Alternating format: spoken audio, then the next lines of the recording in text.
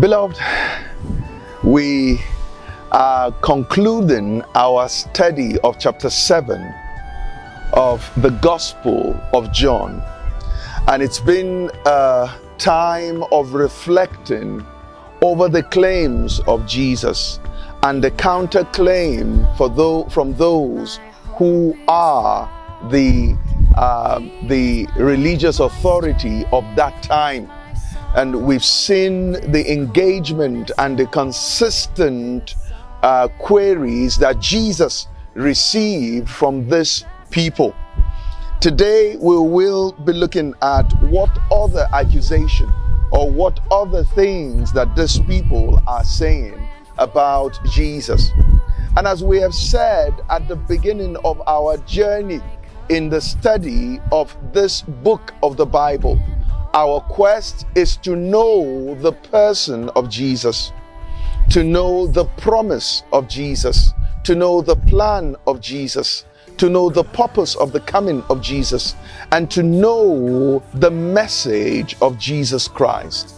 That for us, it is in the knowledge of this that we come to the understanding of who Jesus is and what he demands from our lives, the commitment that he demands from our lives. And today we shall read from verse 45 of chapter 7 of the Gospel of John. And it reads, "The officials then came to the chief priest and the Pharisees, who said to them, 'Why do you bring him?' The officers and the officials and the officers, answered, 'No one ever spoke like this man.' The Pharisees answered them, 'Have you also been deceived? Have any of the authorities or the Pharisees believed in him?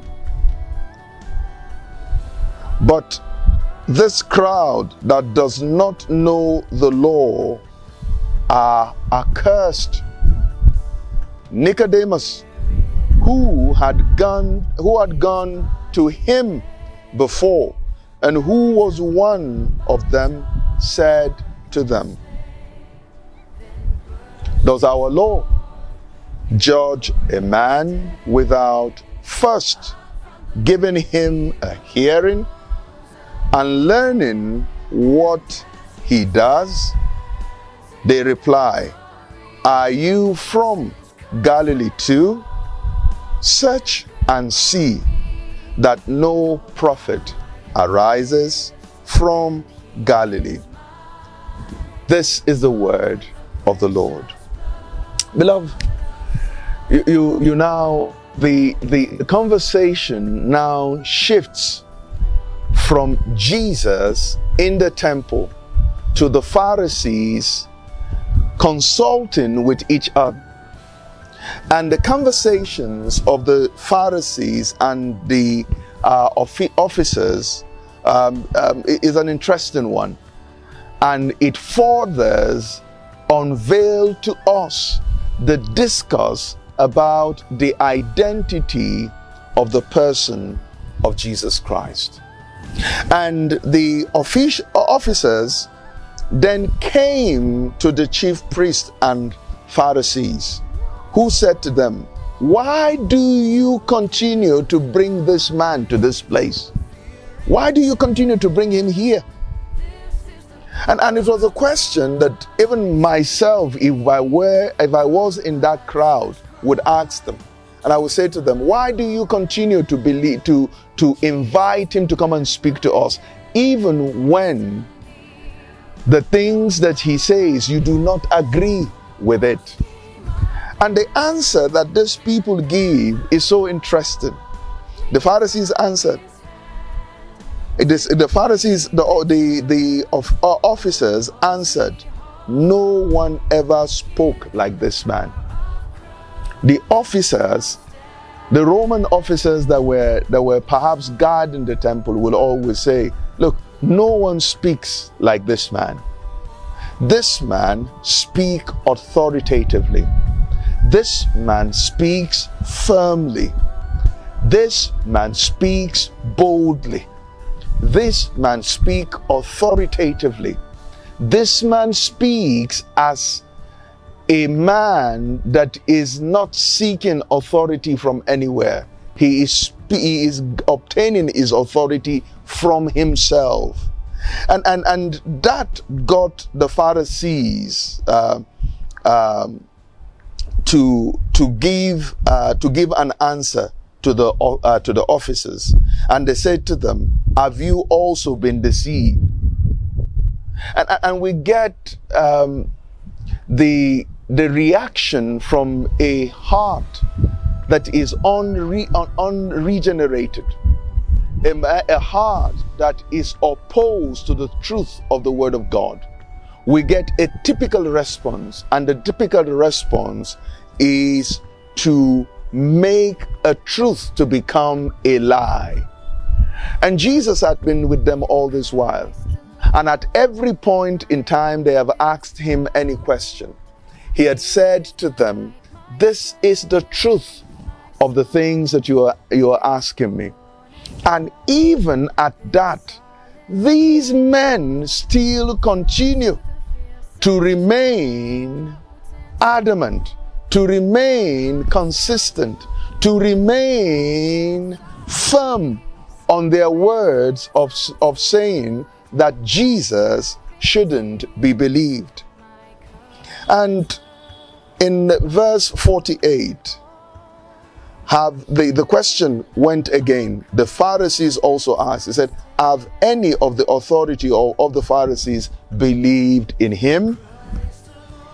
So they are telling the soldiers, the officers that were there, they said, "Listen, you are giving attestation, you are affirming the teaching of this man. We are the go-to authority. We are the go-through people that you will need to ask first before you say he is a rabbi, before you even uplift him into him becoming a prophet. You will need to ask us if we believe in him." And the word, the conversation continued, and we begin to notice that the Pharisees were indignant about these claims of Jesus. And like we said on our study in our last study, that Jesus has always divided an opinion of people, and the division will continue to remain. He will continue to remain a divisive figure, a figure that divides attention. And for us, as we study, one thing we must understand: do not allow a person who is prejudiced to your faith describe your faith to you. And this is the error in which many Christians fall in today. That people who do not share your faith are becoming the determinant of the truth of the things that you should believe in and the things that you should not believe in. And we notice that the crowd began to curse the other persons, and they began to say that they are already cursed. That's what the Pharisees says. The Pharisees said that the crowd are already cursed because Jesus was pulling the crowd. And you could exchange that word accursed by another word. They have been deceived, they have been led astray by the teachings of Jesus Christ. But Nicodemus brought up a defense, because Nicodemus had sat with Jesus, had discussed with Jesus, had a chat with Jesus Christ. And Nicodemus says to them, "Does our law judge a man without first giving him a hearing and learning what he does?" And Nicodemus was simply saying, have you gone to this man to ask him? And I sense that Nicodemus wouldn't want to make it public that he has gone to see this man. But he was asking the leaders and he's saying, can we find time to go to him and ask him? And because these people were prejudiced towards Jesus, they had their own prejudice, they had their own tribal inclinations.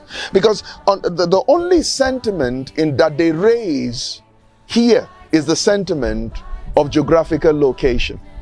And the thing they said to him is that they reply, are you from Galilee too?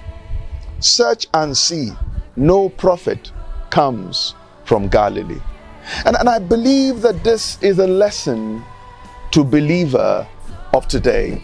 That the believer of today must understand that God uses the foolish things of this world to shame the wise.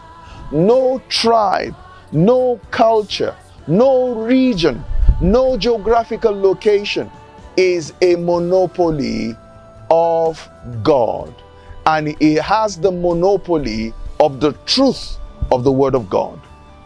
And this conversation between the officers and the Pharisees and the Sadducees is one that gives us a lesson of ensuring that our heart is not prejudicial, that our heart is open to learning the truth. Would you come to Jesus today? Would you come to him to learn the truth? Would you accept the gift of grace that Jesus makes available to all who will trust and believe in him? Believe in him today and you will receive grace from him.